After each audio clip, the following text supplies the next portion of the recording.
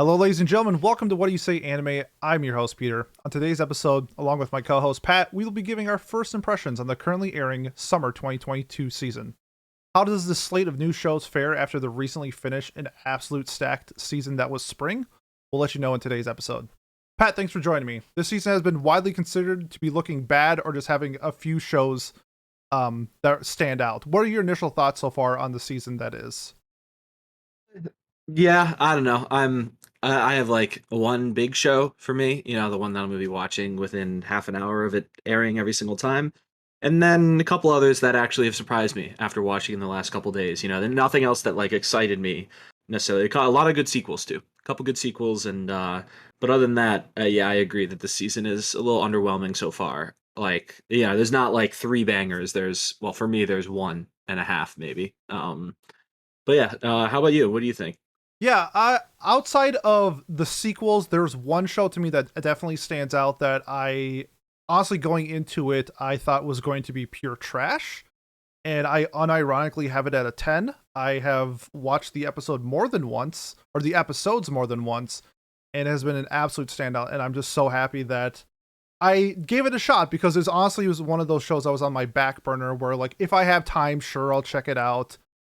It's a show that's not really available to us right now, but I have other means of You flew to viewing. Japan to watch it. Yeah, Yeah, I you flew flew there. all the way to Japan to watch 3 episodes of this specific show, and overall, I think the season is.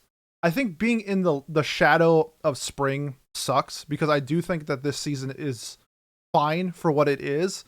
It's just we're coming off of a season where I gave 2 10s last season, and I gave I think 2 or 3 9s. So do we have that this season? No, but I'm happy that we at least have like some shows where like it's Wednesday I'm watching this show, it's Thursday I'm watching this show because I was scared that we weren't going to get that this season, and we are. So I'm looking forward to just having fun with this season. I'm not looking forward to having my mind blown by something like that. So it's definitely a catch up. I'm watching Golden Kamuy season 3 right now Yeah. before season 4 next season.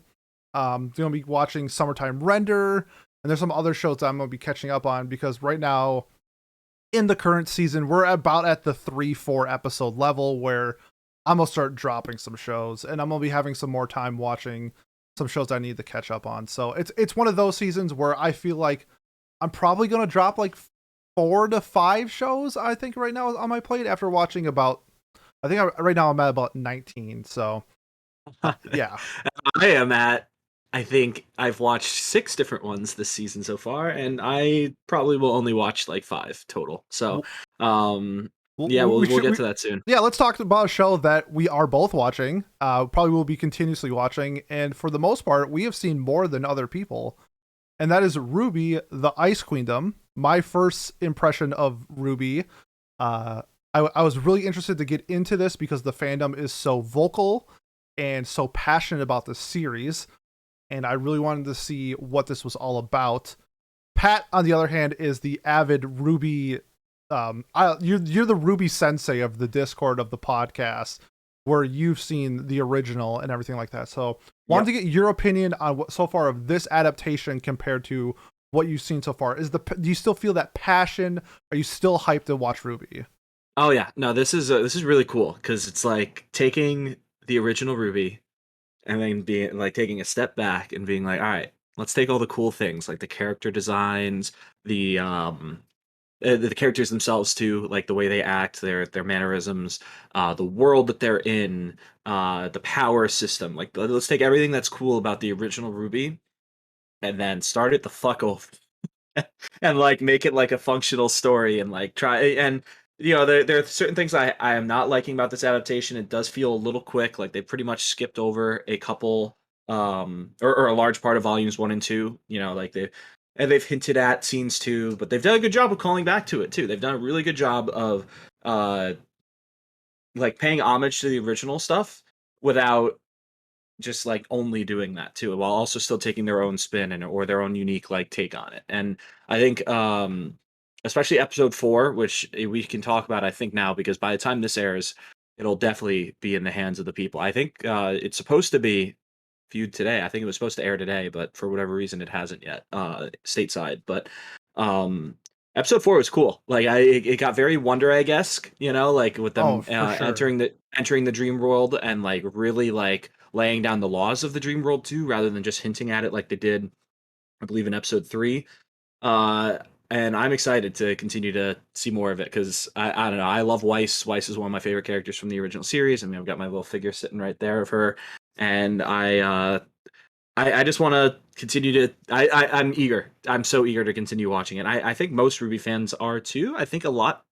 The general consensus of the normal community, I should say too, like the people who are willing to be critical of the original series, I guess, and like willing to be like, hey, Rooster Teeth kind of sucks at making their show fun, you know, like or it holds them accountable, maybe is a better way to put it. I think the general consensus is that this show is like doing a fantastic job so far, and that it can only get better as they continue to explore their own series or their own story with it with this nightmare grim that they're using right now.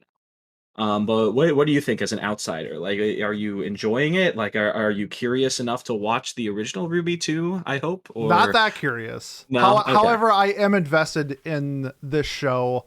I'm a big fan of like the wardrobes, character designs, and stuff like that, and RWBY just absolutely knocks it out of the park. I'm really intrigued to see more because of the characters, I should say. With everyone that I've talked to about RWBY, RWBY is no one's favorite character. And I'm really interested Yeah. to see why people like you like Weiss the most. The most. I know Jay likes Yang the most. So I'm really interested to dive more into those specific characters because right now I feel like we've kind of got a little bit of Blake's backstory, but I would like to see more of like the turmoil within her clan and see how that is handled. Weiss with her um like internal struggles with her family, I think is a really fun dynamic. RWBY is the kind of like the outlier. It seems like she's very Genki, very outgoing, and very like positive, I guess. Where the other people, Yang has been like, I feel like she hasn't gotten like her spotlight yet, so I can't really touch on her. But like Weiss and Blake are kind of like sad girl hours, and RWBY is like the spark that kind of is Yeah. going to like set the things in motion, which kind of I like because she's the team leader. Because right now, like I'm leaning that like RWBY is my favorite character, and I just haven't heard anybody talk about her and yet. But I don't know if you want to give any spoilers or anything like that with it, No, no, but no, no. I won't spoil anything, but well, I think I'll spoil like the general sense of RWBY. Well, for one, like RWBY herself, everyone loves her, I think, and that's the thing. Everyone loves her, and it's like consensus that she's awesome. So no one is like, oh, she's my favorite because it's more fun to like someone like Weiss or Yang or Blake or any of the other side characters as well. But I think so. I think it's weird because like she's the main character, and I think the reason she's so Genki or also is not as jaded, right? As well, obviously Weiss and Blake have had like serious family trauma, yeah, and they that gets explored in the original show too. But like serious traumas versus Ruby, you know, it's hinted at or it's shown like, you know, her mother is dead, right? Like so that's a trauma that she experienced when she was very little though, so she doesn't really remember it. It's more like she just knows she doesn't have her mother or whatever. um so I think she, and also she's younger than the other two. She's 2 years yep, younger than everybody else, so she's still in that, got that like childish like I just want to do thing. I want to be a huntress, I want to be the best I can be. So she's kind of like there to be, in this case it seems like so far she's there to be the um I don't know, be the vessel for the story, to like be able to like watch the story unfold in front of you through her. Yang, that's also just Yang's personality though too. She's always very like bold, brash, loud, you know, whatever. I don't know. And another thing too is like in the original series, RWBY kind of, they kind of don't develop her at all. It's kind of okay, annoying. Like in the original series, like, you know, it's one of the things that the Rooster Teeth gets shit on all the time about. It's like, hey, you know, the titular character, she hasn't really gotten a lot of screen time lately, or she hasn't gotten a lot of like personal growth or anything like that. Like, what's up with that? You know, because like Weiss, the reason why Weiss is, I think, so many people's favorite characters is she actually changes as a person. Like, I don't know, even in the, they kind of showed it in the believe there's a second episode when she's like calling people a faunus or whatever, you know, like talking about why she's prejudiced and things like that. Like she actually shows growth throughout volumes 2, 3, 4, and then and still does now, even in entering volume 9 in the original series. And I'm sure they're going to continue. Well, I hope they're going to continue to do that with this Ice Queendom, so that I can still call her my best girl, right? You know, I hope Yep. she doesn't stay dictator like you know, like she currently is.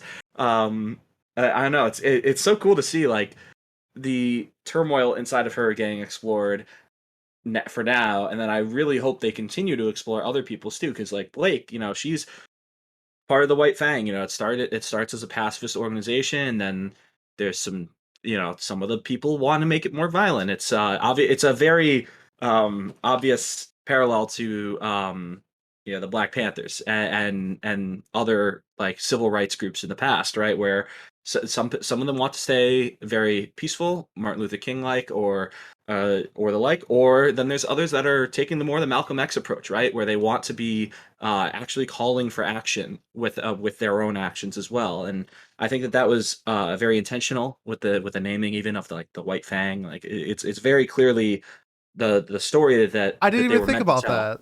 That's yeah, that makes perfect sense. Wow. Yeah, isn't that cool? And then That's so like so cool. yeah, I know, right? RWBY is really cool, by the way. You should check out the original series and talk Not to gonna it. do that. No, you should. But that's the thing. So, and the problem with the original series is RWBY has that comical aspect of it in the original series even more so, right? Where especially in the earlier volumes, it's very like happy go lucky, haha, Mhm. jokes. You know, oh, you're robbing me?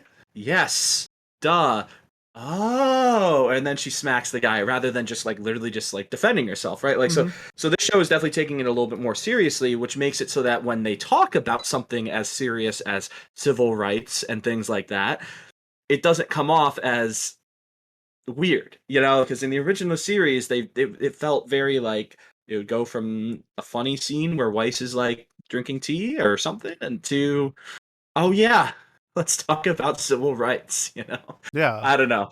So that's one of the criticisms of the OG series for sure. That this one is doing a lot better. I don't know. So to me, because I could talk about this show for hours on end. I think that this is a must watch for anybody. I'm biased, obviously, but I genuinely do think too that after the first 4 episodes, anyone could find something that they like in this show so far, even without any knowledge of RWBY beforehand. Either I think that that's a they've done a fantastic job of introducing the world without and making it watchable for people who knew nothing, because Pete knew pretty much nothing Yep.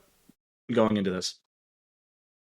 A couple really good things that I liked so far about RWBY that has stand out. Really nice that we have like an all-female lead where they're not like overly sexualized, because I feel like if we had something like this for most anime, I mean, last season we had Shin Ikitosen, which is a martial arts filled with women, but of course it's an ecchi.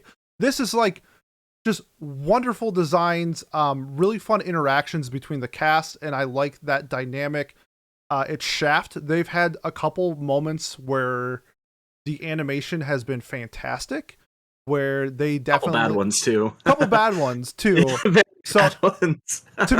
to me, it's not that big. There's one scene where I thought it kind of took me out of it, but when they're doing like the slice of life talky stuff, I don't really care about like the budget of the background and stuff like that.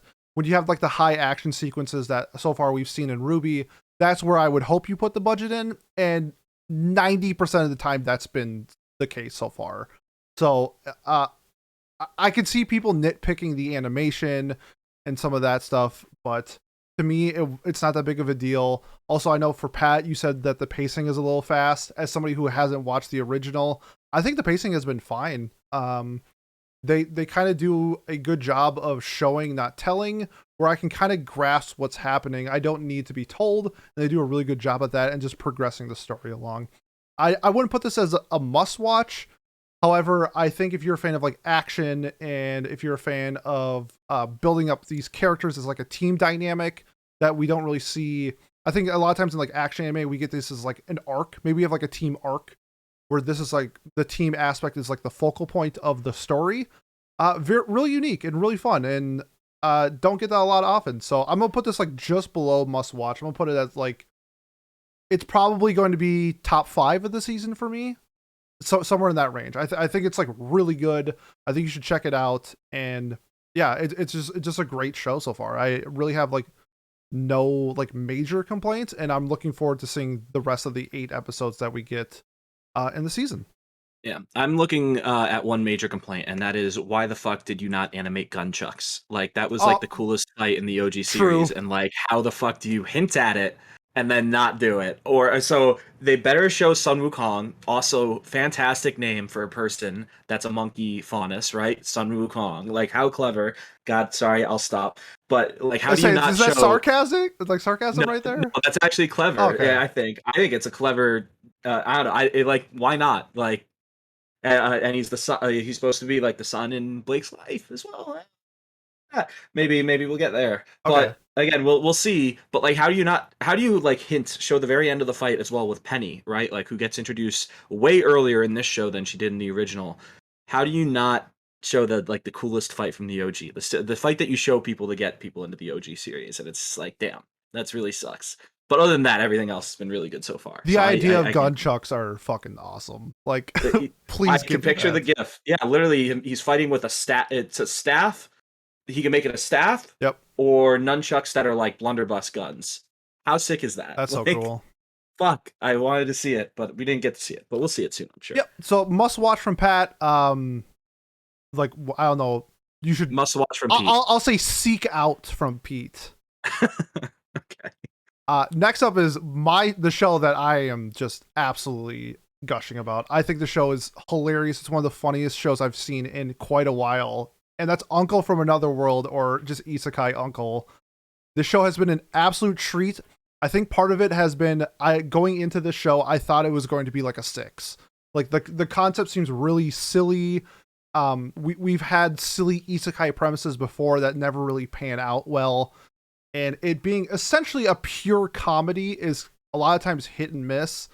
A lot of times that they add some other element, romance, slice of life, drama, or something like that with it. This seems just to be purely comedy, and I I unironically have this show at a 10 on Mal. I have watched every episode twice, and Pat watched it before this. I've seen episode 1 3 times now. Yeah. I I love the mindset of this uncle who has been trapped in a coma for what I think was like 17 years that he's been trapped. Yep. He was been in a coma, comes back. The jokes about Sega like winning the console battle, the flashbacks to his time in the fantasy world, not understanding like the tsundere character was such a delight. It was so much fun with him like not realizing like what that trope is and missing out on an opportunity of love in love. The orc jokes in the fantasies that he or the world that he's in is so fun. I love that he's obviously a human being in his fantasy world, but he's so ugly that people consider him an orc. And that is one reason why the elf lady is so drawn to him, because he's not afraid to show himself, even though he doesn't view it that way. He's just trying to skate by. If you're a huge fan of Sega, there's so many just different Sega references. Like his character in his fantasy world is tied to the Ninja Gaiden series. Like that's supposed to be like a throwback to that. The OP is filled with Sega references. Pat, I want to get your thoughts before I just keep rambling on Isekai Uncle.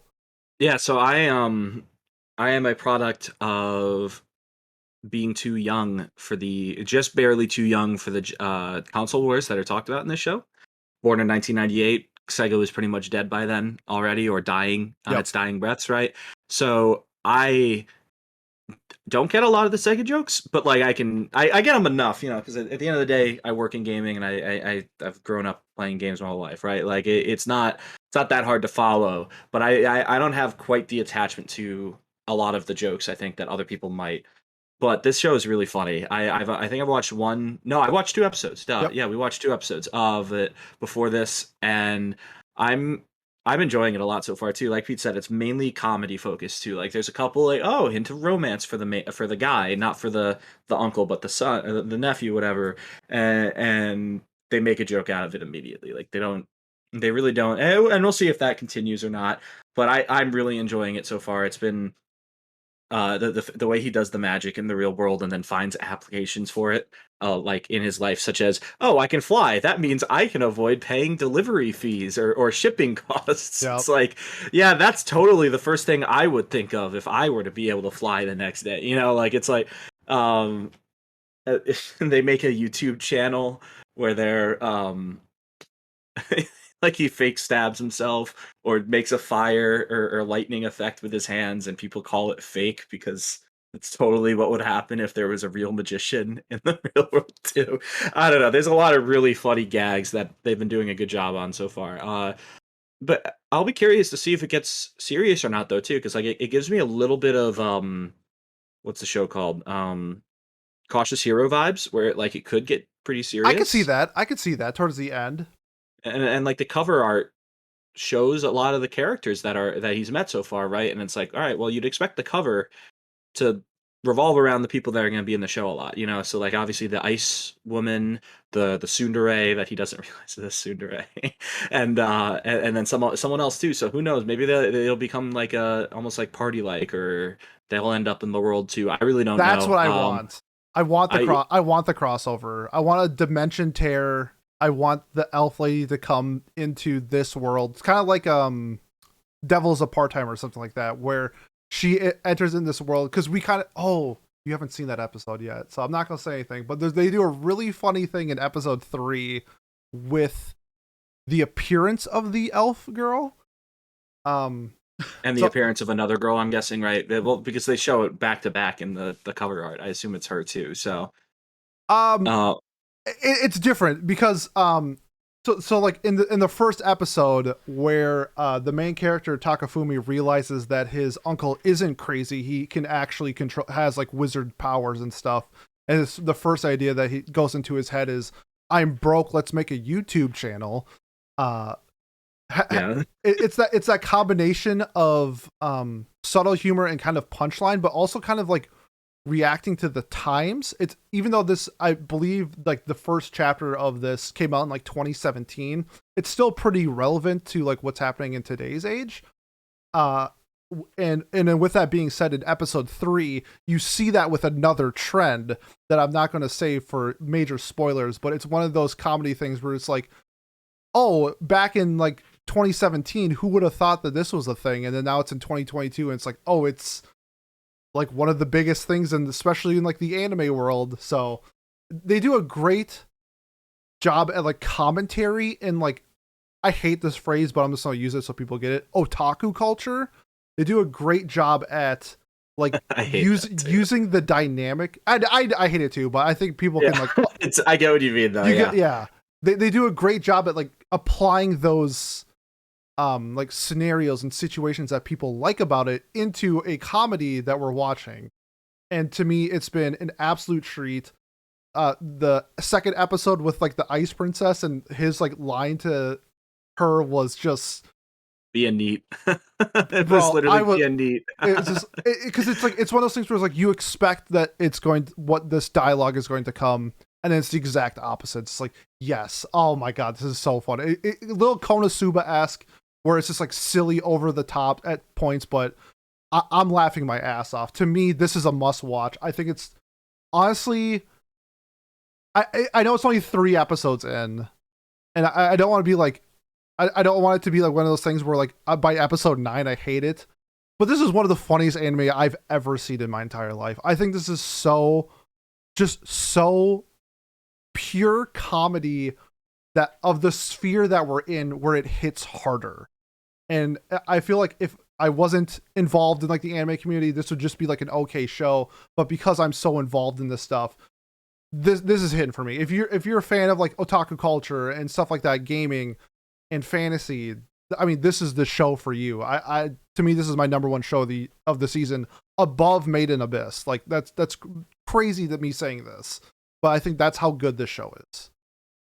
I'm excited to keep watching myself. I definitely won't say it's my like the favorite show of the season because RWBY, obviously, but it's really good. I can't wait to keep watching it. It's definitely one of the ones that I will be watching throughout the season. I can tell already. Like I will be picking this up, adding it to the list, and continuing it. So yeah, I'd say that's yeah, I guess a must watch. I don't know if I'm watching it, it's a must watch. So yeah, we'll I like we'll that. pretend, Yeah. yeah, we'll pretend that that's how this works. But yeah, I'd say that this is a must watch for most people too, because I think unless you just don't like gaming at all, I think if you don't know video games or like the jokes that isekais usually have, I think then maybe you won't find as much enjoyment out of this. But I think it does enough that anyone could watch something like that. I don't know. It feels almost Spy Family esque to me, where I could show this to most people and they'd at least like get something to laugh at. Yeah. They may not love it like Spy Family,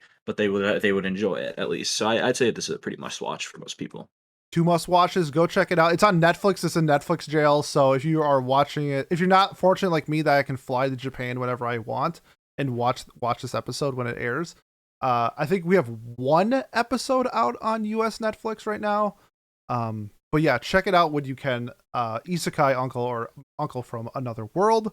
Next up is the most popular non-sequel anime from this season, and that is Call of the Night.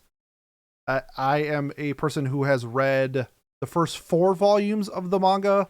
I am a huge fan of the series. I was very intrigued to see how that they were going to handle adapting it with the vibe that it kind of sets, because I think a lot of people describe this show as if Lo-Fi Beats had a vampire remix, and I think that that is hitting the mark exactly for what it is. I'm having a great time exploring the world with our main characters Nazuna and Ku, and kind of just figuring out life as a teenager and just trying to figure out what you want to do. Pat, not as high as me on Call of the Night. I want to get your thoughts on what you've seen so far on the first. What you've seen 1 or 2 episodes so far? Two. I think I did two. Okay, Yeah, I don't get me wrong, it's very funny so far, and I like the dynamic a lot between the main guy and the main girl so far. The two main characters have been very, very, very fun to listen to their dialogue back and forth. It's very witty. It feels again like this is cheating because it's true, but it feels like Kazuma and Aqua going back and forth, a little bit. from Konosuba, where they're bickering in a funny way, and like obviously I'm stealing Pete's thunder here, but the voice actress for the main girl is Aqua's voice actress, and you can hear it right away if you know the fan or if you know who she is or her voice. Then there you go, you're gonna recognize it. Um, I just I don't see how they turn this into something long term. Like more like the few episodes I've watched, I've been like, okay, it's cool. He wants. I can relate to his, especially lately, his insomnia at night. Like I have not been sleeping well the last couple of nights, and I wish I could just go walk around and then never mind, I'm not going to continue that. But Yeah. like it seems nice. Like it seems like a fun like you said, lo-fi. There's no other people in the background. The streets are empty. It's got a really cool color palette, right? Like things going on. But I don't know. I just like how okay, he wants to fall in love with her. Has he not already? He seems pretty entranced by her. I guess he hasn't technically fallen in love with her right yet, but um I just wonder how they keep that dynamic going. I'm guessing they do it with the supporting female character, the one who initially confessed to him. Uh, I'm guessing her getting thrown into the story matters in some way. I'm sure the other supporting characters will be uh, brought in pretty soon in the next couple episodes. But I'm just not like super hooked yet. Yeah. The vampire came and took a bite out of my neck, but I'm not like follow. I'm not walking to go get bit again. I guess I don't know. That's a common Yeah. vampire trope for people who don't know that. Good job, Pat. That was a good joke. This is Thank you. definitely, if you're a fan of coming of age stories, this is it turns into a very coming of age story. We get introduced to other characters similar to Ku and Nazuna, where they have different motivations for becoming vampires. Where Ku is this character who he just doesn't feel like he fits in. He's not really like a loser or anything like that, or a loner. He was actually like kind of popular at school. Like this all kind of happened when a girl confessed to him, and he didn't really know how to react. That he's like, I don't know if I don't know what liking somebody is. Like I've never felt that emotion before, and he kind of just never felt like he belonged in as like a human. And so when the idea of a vampire comes around, it sparks his interest of like, I relate way more at like, I like being alone at night. I like walking the streets at night. I like somebody who also likes doing this, and he just doesn't fit in. And so it's this coming of age story of a character just trying to find a place, and whether that actually leads to him being a vampire or not, I'm not sure how I would feel about that. I think it's more, for a story like this, it's more of the journey than the actual destination. And I'm loving this show, to be honest. We haven't been introduced to all the supporting characters yet. When we do, we get the full cast. It's a lot of fun. It definitely turns more comedy, because right now it's like very hinted at like the romance angle between Ku and Nazuna. Like Ku needs to fall in love with Nazuna. That's the goal. That's the only way he's gonna be turning into a vampire. So we have that set in stone. They kind of flirt with each other and stuff like that, but that's kind of like the tone it sets. And I'm really looking forward to the later episodes where, I mean, we get the quirkiness of like what you can be as a vampire, especially one where you're, in some cases, an 18-year-old vampire and you want to just like wreak havoc and have fun. And we get those dynamics later on. And that's what I'm looking forward to more, because then we get like a whole group dynamic with the cast, and see the other coming of coming of age stories for the other characters that relate to Ku and Nazna, because their ideals kind of change once they get introduced to these new people. So to me, I mean, I'm loving the show. I hope Pat sticks around with it, because I think it's a show that is going to be talked about for a while, especially like Pat said earlier, the color palette, the music is really good. The OP and ED are both just incredible. They're probably both going to be nominated for their respective categories for the year. It's that kind of show where it's a vibe. It's a full experience of a show. If you're not a fan of slice of life, I get it. But if you're a fan of Sunny Boy, Fooly Cooley, A Place Further Than the Universe, stuff like that, where it's coming of age characters in like unique and fun situations, I think this is the perfect show for you. To me, this is a must watch. I'm absolutely loving it. Pat, I want to get your final thoughts before we move on to the next show. Yeah, I like the color palette and I really like the background art a lot. I hate the characters' looks. I hate them. I hate it. I The despise it. eyes. The eyes, man. Why can't they just have eyes that aren't crossed, or just, that look like NPCs essentially. They look so just not only crossed but just distant. I guess that maybe that's on purpose. They look distant, whatever, like that they're not focused or they're not in the zone or whatever. But they just seem like they've got that like 1,000 yard stare that Yeah. just that I don't like, and it makes me uncomfortable. And I also don't like Nazuna's outfit either. I think it's weird and also not drawn particularly well either in a lot of the scenes. It's I don't know. Again, that's not the focus of the show. That is like the character designs themselves. I don't think it is, but it stands out to me and it bothers me. Obviously, that's not the reason why I dislike or don't love the show yet, though. Either I don't know. I think I probably will stick around and watch it, but mainly because I feel like I should, as someone who watches a lot of seasonals and talks about them. But and again, I'm enjoying it enough where it's not going to be a struggle to watch this. But I think it'll be one that unless it gets a little more serious, or they're tends or they somehow make it so that the story can be longer and Hmm. drawn out. I think that I don't see myself like loving it. So Gotcha. I think people can pass on this myself, but I know that that's a very unpopular opinion because the show is doing really really well. I mean, the waifu bait in it is definitely there. Like in terms of like like her character is funny. She's funny, she's hot, she strips and she sucks your blood, or is like very sexualized, right? So I can see why people uh, excuse me, why people like her character a lot, and why she's blowing up in popularity. Yeah, I'm a huge fan of her. She's probably, I don't know if she's best girl of the season, but she's close. She's a whole lot of fun. So I'm in must watch. Pat, you're in like a indifferent slash pass. Yeah, it's fine.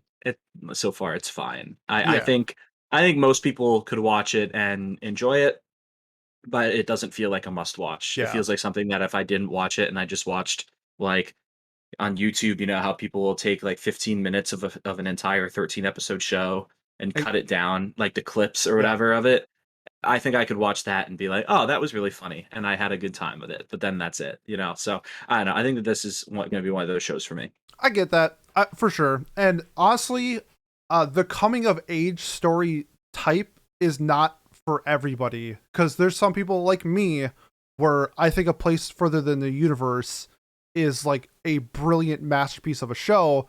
And then there's some people who view it as cute girls going to Antarctica and that's it. And it's not, and they rate like a 5. Like this show has like those elements where it is coming of age. And if that's not your thing, you're not going to enjoy the show. For me personally, love it, especially the uniqueness of using vampires for it. It's not Twilight.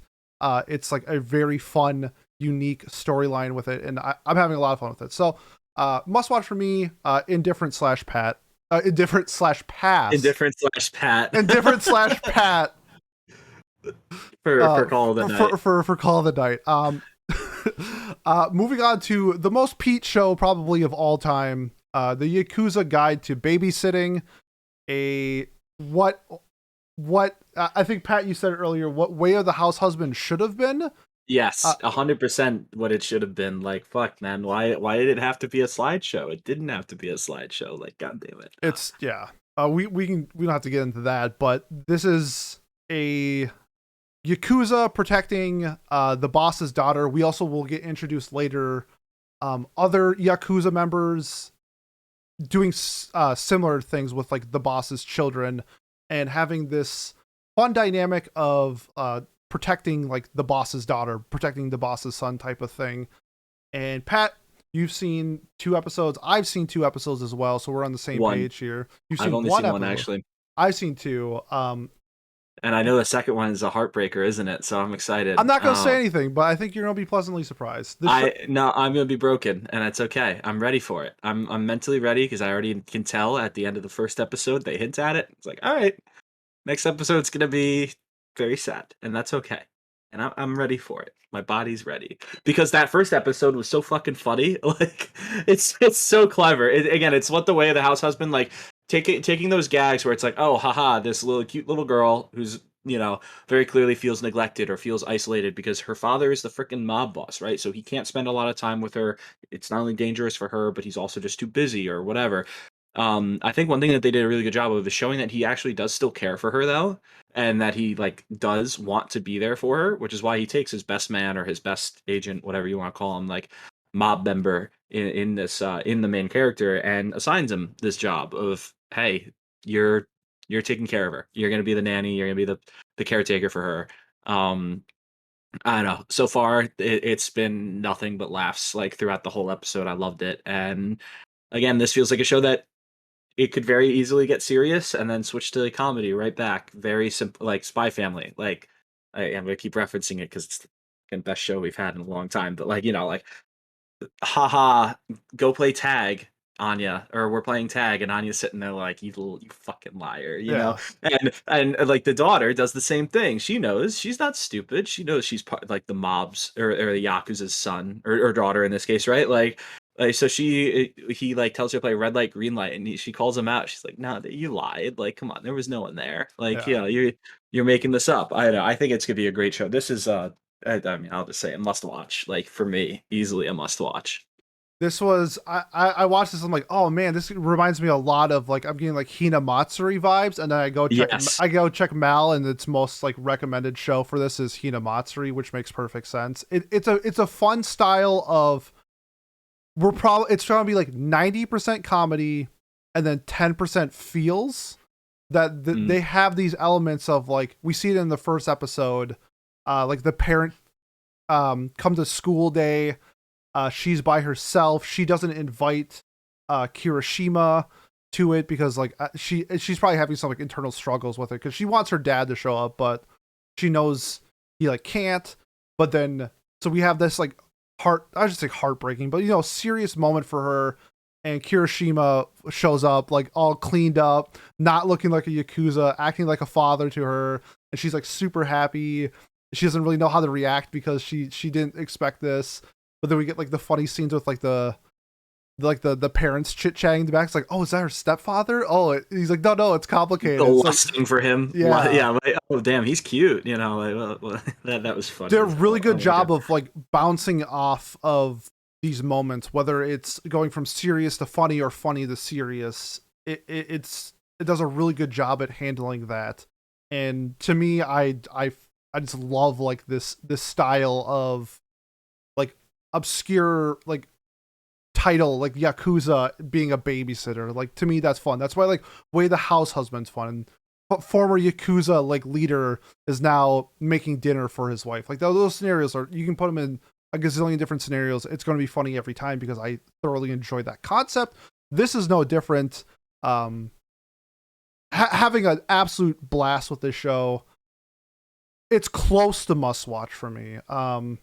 I think with more episodes, I will feel more that way. But after only seeing two, I put this in like the seek it out, kind of like I did with RWBY. It's like really good. I'm really interested to see because like the cover of the anime has like 7 or 8 characters, and I think we've been introduced to 4.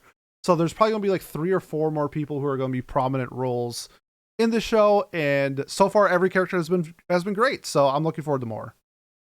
Yeah, I don't have much else to add. This is gonna be really fun to watch, and I think it's must watch for just because it's like super. I think anyone could watch this and find it funny as well. Like again, Spy Family comparison. It's a little cute, a little wholesome. There's little slice of lifey bits in there, right? With her like drawing in class and hanging out. Be like, hey mom, look how proud. Then you see the other kids like, look at this, mom, I'm doing a really good job, and it's just like, oh, that's so wholesome. Like tugs your heart a little bit, and then it's like a little serious too. Yep. There's the drama aspect to it, and then right back to being funny or wholesome and great. And yeah, I think this is gonna be great. I can't wait to keep watching this. All right. So that's 2 positive reviews. Must watch from Pat. Seek out from me. Next up is the Birdie Wing of this season, a show that was not on my radar. We did not preview this for our preview episode. I had no idea what it was going to be other than I put it on my plan to watch because A1's doing it. A1 top tier studio. It's an Yeah. original. Really interested to see what this was going to be about. At the time when we did our preview, there was really not a whole lot of information out there. It's just I saw some cute girls on the front cover, and it's like so like the cover art is like split in 2, where it looks like they have like their school outfits, and then the bottom is a little bit more darker, and like a girl is holding a gun. So it's like, oh, what kind of mysteries or shenanigans are these girls getting into? And it's about essentially orphaned girls who get turned into like super soldiers. They fight in like the shadows. Sometimes it's shadows in quotations because they do it a lot of times in like the middle of the day. And they preserve the peace of Tokyo or all of Japan. And it's very silly. The concept is silly. I mean, the main character, Chizuto, is essentially Neo from the Matrix. She is like unstoppable, but she won't kill anybody. That's kind of like her thing, that she is the top agent but refuses to use actual guns, where her partner Takina is more of a shoot first, ask questions later type of thing that we saw from episode 1, Yeah, where very much she so. uses like a giant machine gun. Pat, your initial thoughts on I don't know if I'm pronouncing this right. Lycoris Recoil? Yeah, it's either that or licorice. One or the other. Who knows? It's not even like it's not a Japanese word, so who knows, right? Like it's not really a real word. I disagree that she's only shoot first, ask questions later though, because like that's like the right at the first like 15 seconds of the show. That's how the licorice or whatever they're called are described, right? Like that's what they're supposed to be.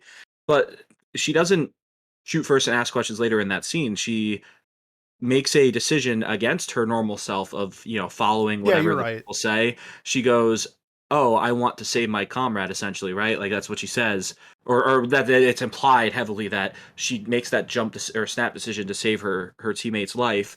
So I think that, but she thinks about it. She considers it. She's very like, um, do I betray my orders? What do I do? And I don't know. I thought it was this show. I didn't know what to expect. I thought going into it the way I for some reason I was hung up in not wanting to watch it because I thought it was going to be Azur Lane, but with guns, like, Mm. with girls being guns. I don't know why I was. We are Um, getting that though. Don't you worry. oh, I can't When wait. Arc Knight comes out, we will be getting Azur Lane with guns. Yeah, fuck that. Because Azur Lane is a huge disappointment to me because damn it when no, not gonna go on that rant today. But yeah, A1 Pictures behind it. It looks fantastic so far. The characters are fun as well. Like the main girl or the blonde essentially is very like bubbly and fun, little Genki, right? Like you described, very like Ruby like you described. Mhm. And then the main girl's a little more quiet, reserved, trying to redeem herself, or in her eyes redeem herself for her mistake, trying to get back to her old post or position, whatever. I'm sure it'll have a lot of good slice of life moments, like they're in a cafe, they're working in a cafe is like their cover story, I guess, is that it's their Yeah, front, yeah, for sure. It's definitely a which front of some sort. I think that's so funny because um I really like that. Yeah, they're agents for the government or they're peacekeepers, whatever. But then they go to a Yakuza, and deliver coffee to a Yakuza and are just like, yeah, what's up, buddy? Like, yeah, I can help you out, whatever. I think that's so fun that to see that, and I'm sure that they'll do something with that radio tower in the back, like the For the initial sure. the initial mistake, right, where or whatever that got the blonde girl demoted or reassigned, whatever, in the first place. They're definitely hinting at a larger story. So I think you describing it as this season's Birdie Wing as well kind of put me in a negative view of the show because I think that this is like I get where you're coming from where it's like, oh, it's a little mafia tied, it's like really dramatic with cute girls doing really dramatic things, but I think it's like going to be a legitimate story. Birdie Wing is just a fucking mess. Like Well, it's a Birdie Wing is a total mess, and it's I mean, in the sense where like they're all orphans, and instead of having a normal childhood, they're raised as super soldiers. The main blonde girl Chisato, can dodge bullets in real time at like yeah, that's true. 4 feet away because she's the main character. Of course, she has like not even cat like reflexes, like Matrix like reflexes. But like this is a good thing because they established this in episode 1. So like if there are more outlandish things that happen throughout the show, it's not going to be like, I'm not going to view it as like bad or dumb or whatever. It's established right away that this is the type of like setting and situations we're going to be getting into, and I think that's great. I think that is such a great treat that a lot of people don't do in anime, where you get this like Deus Ex Machina shit in like the 12th episode. It's like, well, how did that happen? Like, he didn't do that in the show before. This is established in episode 1 that Chisato is Neo, and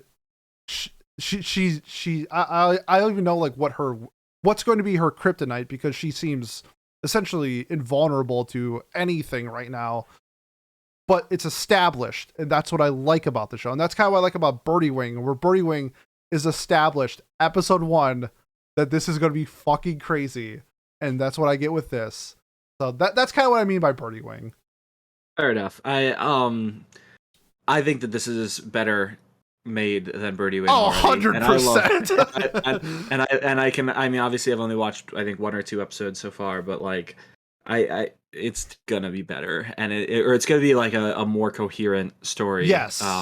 Yes. Than Birdie Wing is, which of course that part of that is the appeal of Birdie Wing, right? That it's a batshit insane, but I think that that's a turnoff for a lot of people. So in this case, I think I can see where you're coming from though. I think that this is the one that I'm like split on though too, because like it's really been cool so far. That first episode was great, but it's still just cute girls doing ridiculous things. Like, do I really want to watch this? Like, I don't know.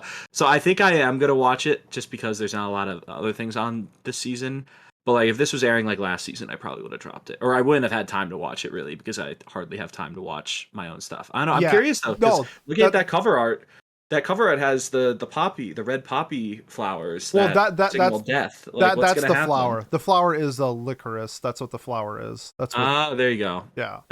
So but those signify death in Japanese culture, right? Yeah. Or impending death and doom. Mm-hmm. So I'll be very curious to see if they actually kill some of the cute girls on the screen or not. Like, we'll have to see. Yeah. I think you said it best, where this show is benefiting it's from being in this season. If it was in last season, I think it would have been, I shouldn't say an afterthought, but I think that this would be a back burner show. I think this show it's perfect for this season. It airs on Saturday. It's one of the first shows I watch on Saturday. Yeah, so that being said, I think that this is like a very fun show. It's not going to be for everybody. However, I'm pleasantly surprised by like its production value. The animation scenes have been really well done. Some of the fight scenes have been kind of silly, but like it is what it is. It's not going to be a perfect show, but it's fun. The dialogue between the two main girls is a lot of fun, and the dynamic of the coffee shop is wonderful. I think this is below RWBY. I think this is like a check it out if you like shows like Princess Principal. If you like shows like, man, what else is out there that's like that? Yeah, Princess Principal is the first thing that comes to my head. Yeah, that one's good too. But if you like cute girls and guns, you should watch this. Shout out to Jeep Dave. Jeep Dave would probably love this show. Yeah, that's great. Oh my god! All right, let's talk about this show that I have no expectations of. That you are going to be doing most of the talking on, but that is Tokyo Mew Mew New, rocking a solid 6.94 after 3 episodes or something like that. So, God bless. I wanted to give a shout out to, we get two shoujos a year. This is this is the second one that we're probably getting. Shoujo doesn't get a lot of love, and I wanted to check it out. I know a lot of my female friends have been involved in either reading or watching the old Tokyo Mew Mew. I have no experience watching it, wanted to see what it's all about, and this show is a bunch of fun. Sailor Moon Light. It's very magical girl-esque with the concept of they have like their magical girl powers are based around a certain animal. So the main character, Ichigo, is a cat. We have like a character recently introduced, like Pudding, who is a monkey, and there are 5 main girls. We haven't been introduced to all 5 yet. We've been introduced to 4. And it's very just a magical girl show with a fun like slice of life element when they're not in their like magical girl forms, that they all work at like a cafe and they're all like maids. So I mean, very very tropey shoujo stuff. However, it's a really interesting art style. With when you see a show like this and it just like screams shoujo, if you're familiar with shoujo art styles, big glossy eyes, very very cute girls. It has those elements. However, this is like very polished. It doesn't seem like they wanted to. I don't know how else to describe it other than they took the best of both worlds and combined it into one art style, where we have polished shoujo, which we don't really get. And I think if you're a fan of like art style, that this is just worth checking out for that reason alone. If you're a fan of magical girls, I think this is definitely worth checking out. Just for like knowing more about the shoujo demographic, because I mean, we don't get a whole lot. Last year we got Kageki Shoujo, which was incredible, but like nobody watched it. We're watching it now, but like Review Starlight, kind of like an under the radar hit for some people. Not many people watched it mainstream. I think Fruits Basket is like the only thing of recent that like really shined for shoujo, and we see it now again for Tokyo Mew Mew. It's at 30,000 members on Mal, which is pretty low. Especially since how popular the old one is. I was hoping to see maybe more people checking out the new one. Personally, for me, with somebody who has no experience in Tokyo Mew Mew, I think that this is worth checking out if you are wanting to see more shoujo content. If that's not your thing, like Pat, I get it. For most guys, I love shoujo. What the fuck? No, it's just this looks awful. No offense, it looks terrible. I don't get it. I like Sailor Moon. I like Fruits Basket. I like a lot of shoujo because generally speaking, it focuses on drama and like other storytelling things that aren't focused on in like general shonen or seinen series. I don't know. I When I just say when I say this looks Pat, awful. I mean like male. I mean men. This has a Okay. very very specific target audience, which makes sense. But like, I don't expect my friends to be watching Tokyo Mew Mew. Is all I'm trying to say. But I think you should give it a shot. I think it's fun, especially if you like magical girls. It has that element, really fun transformation sequences, interesting, and like since it's all based around animals, really interesting like antagonists and the people that they fight because it's all based around animals has been really fun. So to me, I think this is like a consider it if you're a fan of shojo / magical girls. Fair enough. All right. I think what's next on the list is something that only I am caught Only up you. on. Yes. So that is Classroom of the Elite season 2. Um God, I watched the first one. I think when the first one air was that let's see, TV 2017. So I watched that. I think I watched it in 2018. You know, like because that's really when I first started watching like a lot of the seasonal stuff. And I remember enjoying the hell out of it because not being able to put it down. And then the last scene of the episode, the uh the main character, kind of you get revealed that he's a sociopath. Like it's hinted at throughout the show, but like where he kind of like just watches stuff and he chimes in, he solves problems. He's like this resourceful student at this Mm-hmm. school that's all very very competitive. But then it's like, oh wow, I he literally sits there and is like, yeah, I broke her mentally. She's mine now, or she's like I've won. Like I've essentially made a new ally, someone who will do whatever I say. And it's just like he goes on a big long rant, and you're just like, whoa, that is sick. And then the second season apparently starts off. I don't remember anything else from that though. That's the thing. I don't. It's been so long since I watched the original. I didn't remember any of their names. I remembered most of their faces, but like and who they were. But God, the hardest part about watching this for me is they keep saying names, and I have to sit there and be like, wait, who are they talking about again? Okay, they're talking about this person. Like it has been hard to follow. Thankfully the show does it a little bit at the start where they show everyone's names like what every time the first time they show on screen, but That's nice. it's not enough. It's not enough though. Like Like, do you you need to know, have Mal open while you're watching? Be like, oh, she's talking about this girl type of I thing. wish I did. I was sitting in front of my big TV, so I was like watching on Apple TV, so I didn't have anything that I could look at. I figured it out enough. Like again, it's not like you have to know everybody's name to really Mm-hmm. follow because at the end of the day, it spells it out usually pretty well for you. But I was definitely a little lost at first because I was just like, shit, who are these people Sure. again? Like, um, I don't think that this is like a mind blowing show either. Like, it's very I think a lot of the things are telegraphed, and the stuff that isn't, that where you're just like, whoa, I can't believe the main guy did that. Yeah. That stuff that comes out is usually not stuff that you can really read or expect, which is not it's not a knock on the show. It's just that it's not it's a mystery that you can't figure out on your own. I guess like and it's fun to watch. I think it's really, especially this season, they're really laying into the fact, especially since they revealed it. Like, yeah, no, this guy is psychotic. Like he is so calculated and one step ahead, like 3D chess with these people, and willing to do whatever the fuck it takes for him to win or to be in like the elite class, right? Yep. Or whatever. And he does it with this blank stare where he's like sitting there in a scene. And because his idea is he doesn't want to stand out. Like, I don't know. This guy intentionally got the 50th best score out of 100 in order to be the perfect middle where he doesn't stand out as too smart or too dumb. Like, shit like that. Like, he is.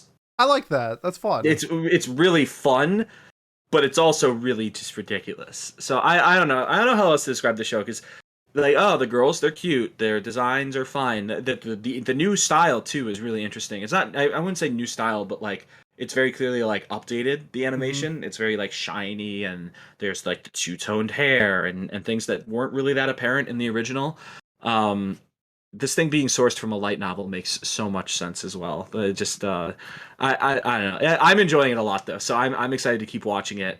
The themes are drama and suspense, and I think that's definitely the case.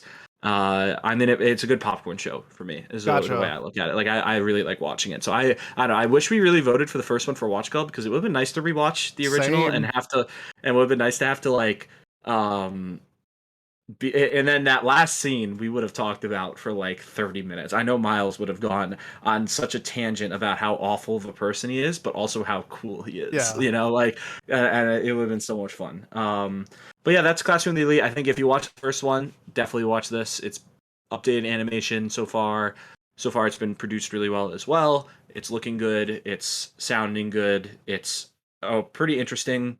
First three episodes too. The third episode was really like the again another moment where you're like, wow, this guy really is like fucked Yep. and he's smart and he literally just got another one to not his harem, but he like basically has this girl like I don't know, but like hooked and like Sure. he set out the bait, he reeled it in, and now she's like hit locked in and like fully dedicated. It's pretty incredible. And it's not even like he's not doing it for like sexual gain or anything like that. He's doing it because he has a master plan, or he's doing it so that he can continue to climb in the classes. He literally does not do it in like any sort of creepy way, which is why I think well, or you could tell that his intentions are not in a creepy manner. It's more just he needs to be the best, so he's Mm, doing it, and it's very, very, very fun to see that in an anime. I get that. Yep. I want to check out. I was really, like you said, really hoping to check out Classroom Elite for Watch Club. Didn't happen. This is one of the shows that was like, if so, first it's Golden Kamuy, then it's Summertime Render, and then if I get to it, it's Classroom of the Elite. So this is the third show on my watch list for this season. If I can get to it in time, uh, it seems like a fun premise for most people that have watched non-light novel source readers or whatever. If you're anime only, seem to be like you, Pat. Popcorn show. It's fun, interesting dynamics, a little psychological at times, and that's fun. So it has the intrigue of something that I want to check out. Just unfortunately, I don't have all the time in the world. I'll get to it eventually. So Mm. yeah, Yeah, it's solid. I'd say it's solid. I definitely, if you watch the first one, worth watching. I wouldn't say. I think if I made you interested, I would say it's worth watching the first season. But if you're not, if this just sounds like whatever to you, then don't bother going back. I would say like it's not worth it. It's not like it's mind blowing. Like this is just like a very good, fine, like fun show to watch. It's sure. not something that's going to change your perspective or something that you like It's like must an 8 watch. out of 10 show or something like that. Seven. Yeah, Seven, seven to 7 out eight. of 10 Seven show. to 7.5 maybe. Okay. Yeah. Okay. I mean, I like 7.5 shows. I just, when I get to it, I'll get to it. A show that's not a 7.5 though, it is probably the second best show of the season, and it's been just so good. Made in Abyss, the Golden City of the Scorching Sun, the sequel to the Dawn of the Deep movie. If you haven't watched the movie yet, you need to watch it before this season. Already, I've gushed about him before. Kevin Pankin is the best musical director in anime. He did the first season of Made in Abyss. He did Rising of the Shield Hero. He's done some other stuff in the past. He did Tower of God. And this show, I'm getting chills thinking about it. The world that they capsulate themselves in with the music of himself added, it's a whole nother level of viewing in this show. It makes me just so immersed in the world that I don't want it to stop. I hate when the music ends. I hate when they talk because I just want to be I want to be absorbed by Kevin Pankin. You can clip that. Season 2 of this show has been a really fun dynamic of storytelling. So at the same time of Rika, Reg, and Nanachi's adventure into the 6th level, we're also getting the flashback story of the first people to venture into the abyss. So sort of the trials of people exploring for the first time and sort of how it sort of became a phenomenon of the world itself. If you're a fan of Made in Abyss, obviously this is a must watch. If people say that this is anime of the year, it wouldn't shock me for the least bit. It's hitting on every level. The only reason why I don't have it at a 10 is because it's not done and I don't know like what could happen, but this show has been near perfect. I thought the continuation from the movie into this was done so well. I was so hyped on the movie itself, and we had to wait like I think it was like 2 years after the movie to get this season, and I was itching for it. I wanted it. I need the Abyss. It's like a drug, and it's been everything I wanted so far. It's just a wonderful story. If you're a fan of Made in Abyss, you need to check this out now. If you're not a fan of Made in Abyss, I think it's like, I mean, it's in like my top 100. I think it's like my number 30 show of all time or something like that. It's just wonderful. Pat, you have seen Made in Abyss. You've seen the movie. You have not started this season yet. Did I say anything that tickled your fancy? Not particularly. I don't know. I'm so weird about this show because I think it's good, and I think it's really good. I think I really really like this show a lot. I just think there are certain things that piss me the fuck off about it. That, whether it's a lot of the scenes where the kids get kind of hypersexualized, or things like that happen, and like, oh, you can just say, oh yeah, that's fucked up, or it's meant to be fucked up because it's a fucked up world, whatever. It's like, well, yeah, you didn't have to show it though. You could imply it. You could Yeah. like, you could make it not the focal point of, like, what was it, 2 pages of the manga where like you open the book and it's just, never mind. I mean, we're not gonna go there, but I think I'm excited to continue the story, because when they left off at the end of the movie, I was very curious to finally see what I believe they're finally entering the next layer, right, of the The sixth level. Yep. the maze. I fucking Maze Runner stuck in my head. Yeah, the abyss, right? They're entering the 6th level, so that'll be cool to see. Nanachi has been a fun addition to the main two as well. Um, I don't know. I am sure I'll get to it, but I think this is a show that I also like watching more.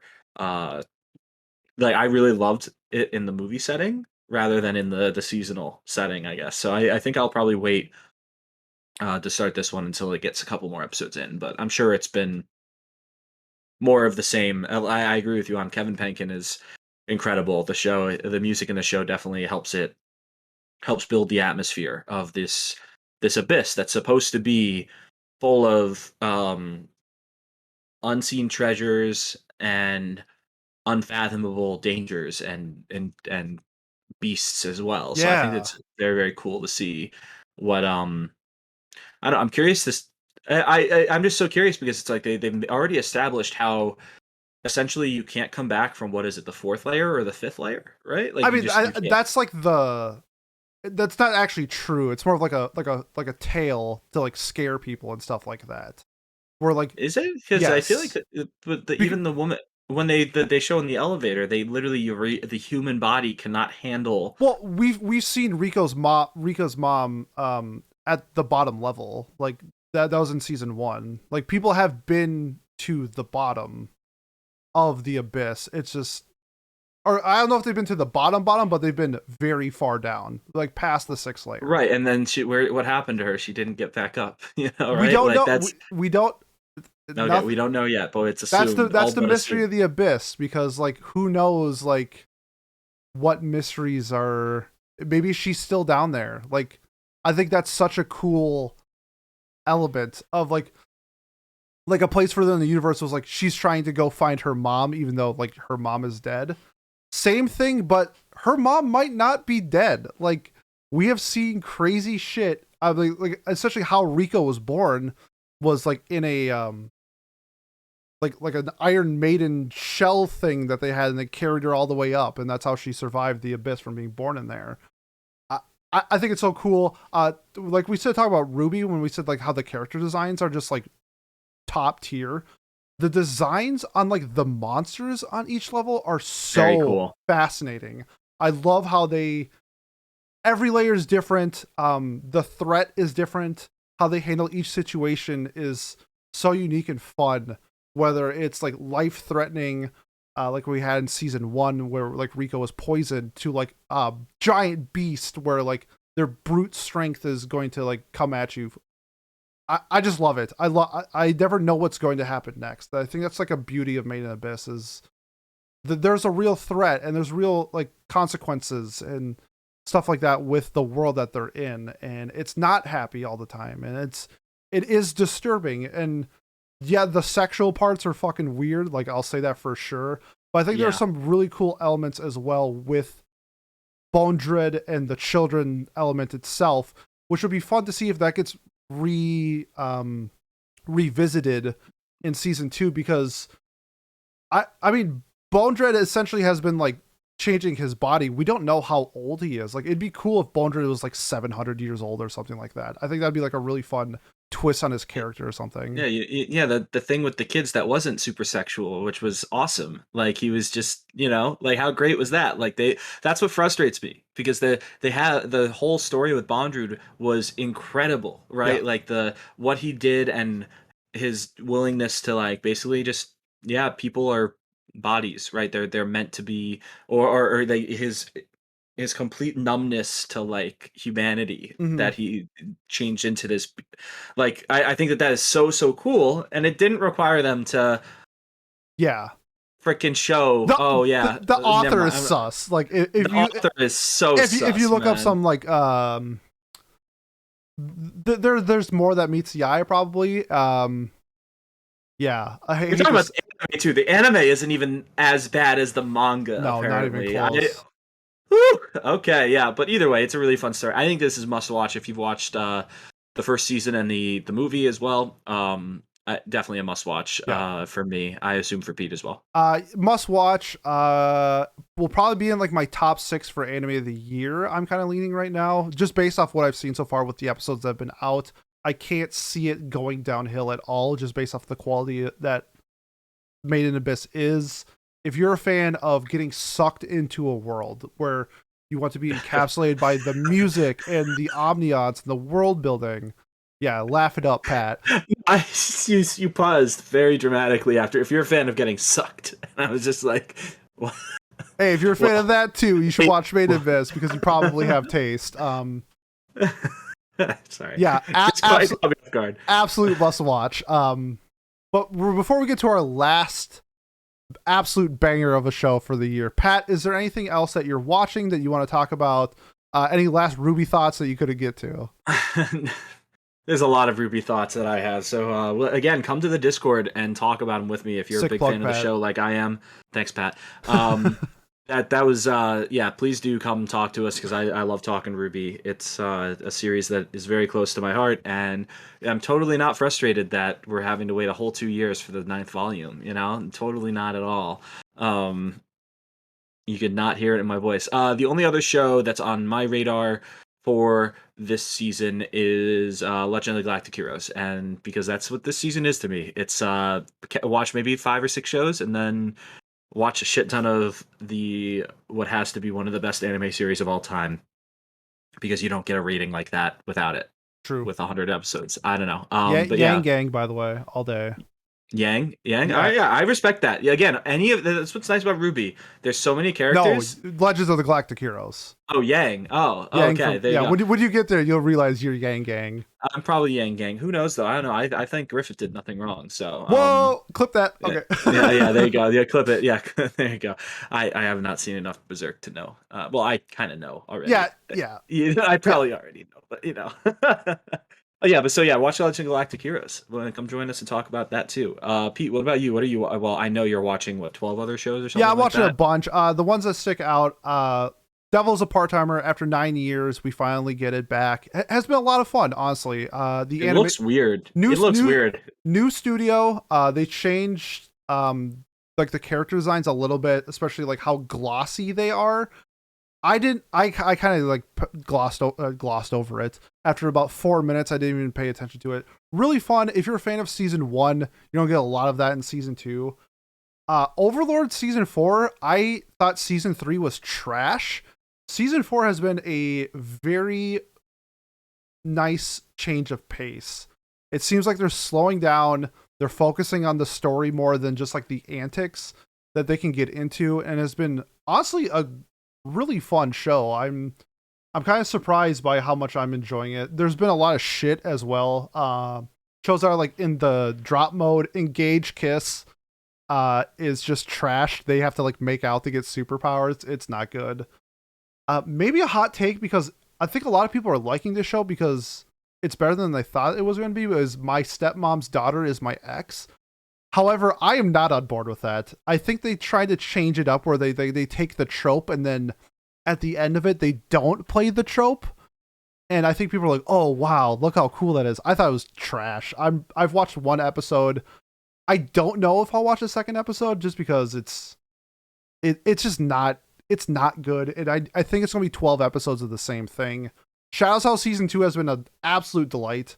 If you're a fan of season 1, season 2 is going pretty quick. I like the direction that they're going with the shadows, the turmoil within the house, and like the drama and the conflict between like the non shadows has been a lot of fun. The two I would say like definitely check out for sequels is Devil's a Part-Timer in Shadow's House season 2. Pat, thank you for joining me. We are going to move on to our last show, an absolute banger, most talked about, the most popular show of the season based off of people watching. Everyone's favorite main character, Kazuya. We have Rent a Girlfriend season 2. Is this number one? I think second season of Devil's Part-Timer is number one. You are correct. It is the number 2 most popular show from this season. Let's go. If you don't know my take on it, Kazuya was my worst character of the year, not even worst boy. I don't like him as a character at all. I think he's just a terrible, terrible character. However, the female cast is a lot of fun, whether if they are or not trash people. I think they add to a very fun dynamic where the show itself is bad but enjoyable. Pat, what's your initial thoughts on like Rent a Girlfriend itself, and then so far with season 2? So I think Rent a Girlfriend feels very like Domestic Girlfriend-esque, right? Where you're like, these crazy things happen that should never happen. These very melodramatic things happen, right? But in Domestic Girlfriend, they happen and they have consequence, right? And then the story progresses. In Rent a Girlfriend so far, it seems to go back to square one.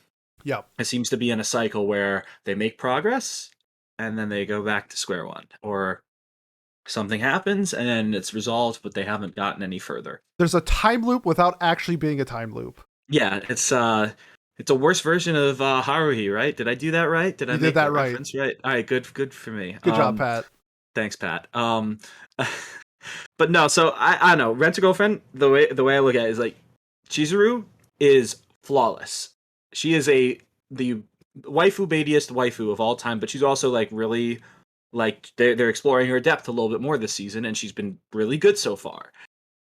Why she even considers Kazuya as it not Kazuya. Yes. Why she even considers him in any way like romantically interesting is where this show loses me, because he's not redeemed. He's awful. He is an awful person, and it's so frustrating because the show just reminds you of that constantly too. Whether it's the leftover jizz towels, I forgot about that.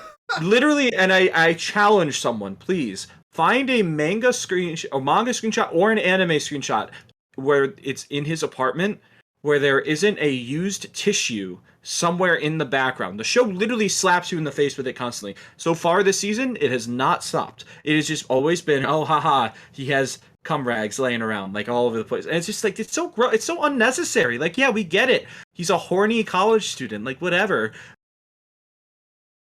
I may have been a horny college student in the past. I didn't leave my fucking used tissues all over the place. That's gross.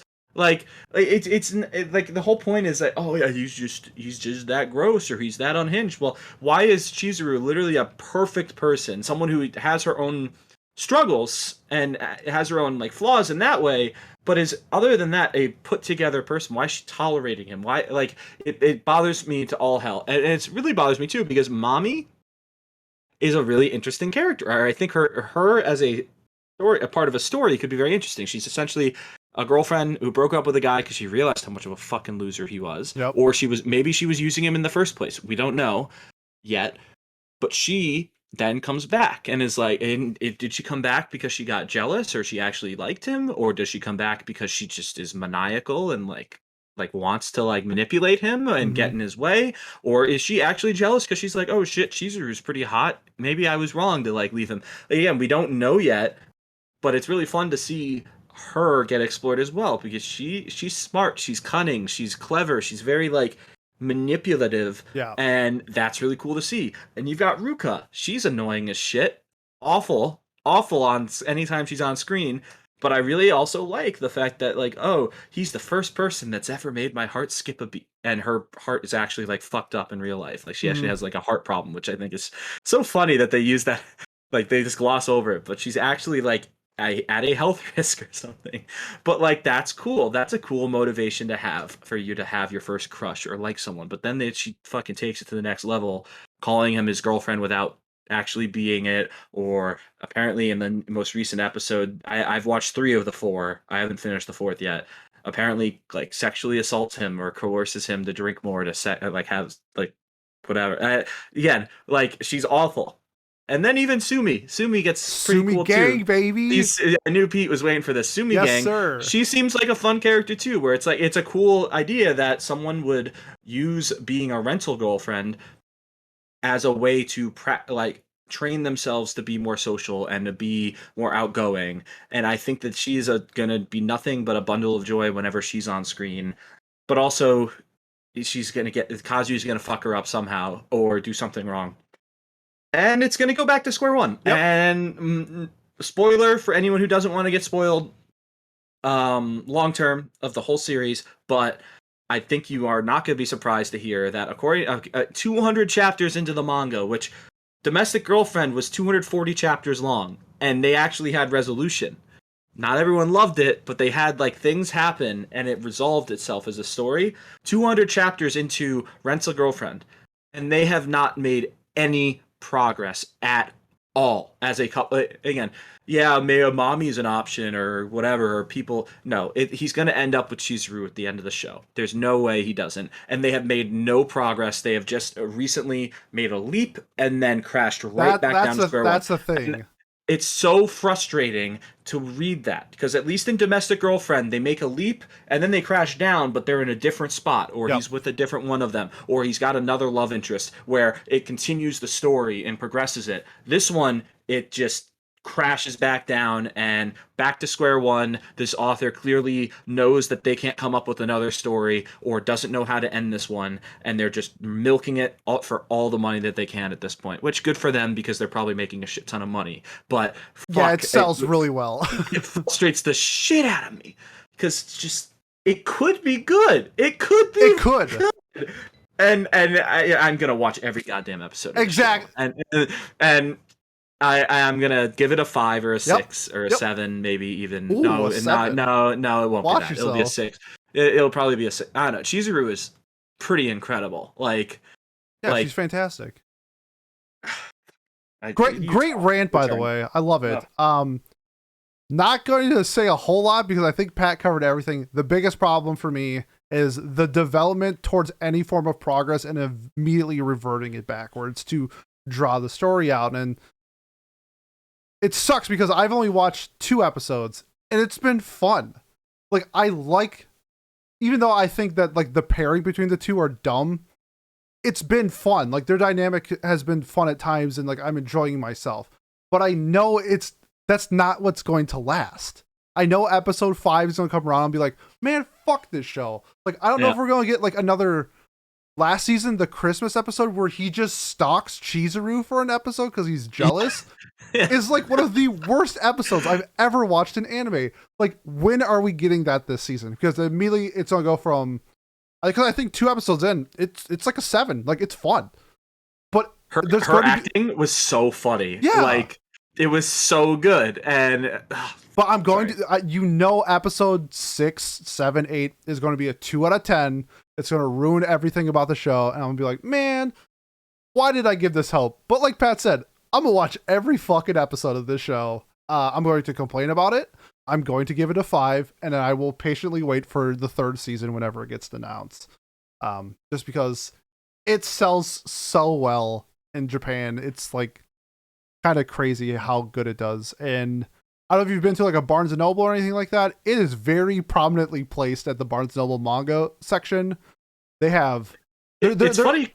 There's some books that I have where if I go to Barnes and Noble, they have 1 or 2 copies. Go if you're ever in the area, go check out Barnes and Noble. See how many fucking copies of Rent a Girlfriend they have, A because lot. it's my entire bookshelf is Rent a Girlfriend. It's Yeah, it's insane. it's funny because I think they just sit there and they go, "Oh, this sells so well in Japan. It must sell well here too." And I think I'm it sure does. I'm sure it does fine, Yeah, but I bet it doesn't hit the levels that it does in Japan not even close. because it's just not like I don't know. I feel like people have shame here in what they buy in the Shame. manga. Like, you know, like Have you I no don't know. shame? I have lots of shame, but people don't. People in America, they don't read as much smut or you know or don't openly parade it I would at say least as openly much. buy it or something like that. Right. Like, you know, they read it online or they get it on their Kindle or something instead Yeah. of like buying the physical manga. You know, like I would never buy um Yeah, well I don't also would mind never don't read mind it. my prison school manga box set in the background. Yeah, but you know, like I would never proudly own like High School DxD manga or something like that. Um, but I feel like a lot of people would in Japan. I'm sure they do because it's really, or is it a light novel? I don't know. It's really It's a popular in Japan though, yeah, right? yeah. So I don't know. This show, fuck man, like I want to like, I love it. I love some of the characters in the show. The characters carry the show, Yep. and then the Kazuya himself ruins it, and then so does some of the like the fact that they just never progress. Again, if they made progress and then regressed and then came back up or something and then there was a meaningful difference in the story, then it would be great, but it's Yep. not. There never is. And yeah, must watch. So there you Yeah. go. No. Honestly, for me saying that I gave season 1 a 5 out of 10, I think it's close to a must watch, man. Like it's a lot of fun to talk about. It's a lot of fun to well, it's funny that's Rent a Girlfriend rag. It's fun to rag on this show. Yes. It's it just sucks. It's because like the potential is there for like how silly of a premise it is, and like very otaku fantasy based. If I rent a girlfriend, maybe she'll fall in love with me and see the Oh, it's real me thing. incel bait. It is incel bait for sure. Like, oh, Even if it is, like, it has the opportunity to be something more than what it is, and which sucks because like you see the potential. This show could easily be like a 7 or an 8 if it handled correctly, and it's just not. But it's a car crash. You can't look away from it. Yeah. Near must watch for me. I think Pat said best. Pat, yeah. any final thoughts before we head out? Not much. Thank you guys for listening to us rant about all of these shows. And I'm really looking forward to fall. I know Pete talked about it earlier, but Golden Kamuy season 4 is coming. I'm so glad that Pete finally got to see what Oh, Pat, Stanka you're is. missing the best show for next season. What is that? Chainsaw Man, duh. Oh yeah, Chainsaw Man. I've heard nothing but great reviews from Yeah, people in this Discord. yeah, So maybe people next season will have to cover their ears when we talk about Chainsaw Man. yeah, I don't yeah, know. It dominated the con that we went to as well. This is the first episode I think we've done since the con together at least, and it yes. Chainsaw Man was everywhere. So I'm sure it'll only be worse coming soon. Yeah. Normally I plug where say join the Discord if you want to talk about stuff. We don't like Chainsaw Man really, so if you're a big fan Yeah. of Chainsaw Man, you might not like our takes, or if you want to hear our takes on Chainsaw Man, let us know. But Unless we're wrong, please, because I'm curious. I have no idea. All I've heard is a lot of people naysayers about this fantastic series that apparently is I mean, I coming gave out it a soon. 7. I just can't believe people legit think it's like a 10 out of 10. It like legit blows my mind that this story. Hey, Deji said he wants to touch boobs for the 7th time. Oh, what a character! It's like, okay, enough Relatable. about Chainsaw Man though. Sorry, I might honestly, I'm not even kidding, do a full episode on Chainsaw Man when it's out and get downvoted to oblivion, but it'll be a super fun episode. We get a But shit ton of views though. we probably would, but I do want to say thank you if you have made it this far, and if you want to support us, best way to do so: like, comment, subscribe, leave a review on whatever platform you're watching or listening to us on. If you are a visual listener on our YouTube, we have audio on anywhere podcasts are found. If you're listening to us on audio only platforms, we have a YouTube if you want to see our beautiful faces. Next week, we will be watching Review Starlight for Watch Club. Really looking forward to talking about that as I defend the show with my life. I feel like this is going to be a cat non-Baka episode based off of people's reactions. And then the following week, I think I might do a hot take episode. Not sure yet, but in 2 weeks, we're going to do some non-watch club stuff, so look forward to that. But thank you so much for listening, and we will see you next time.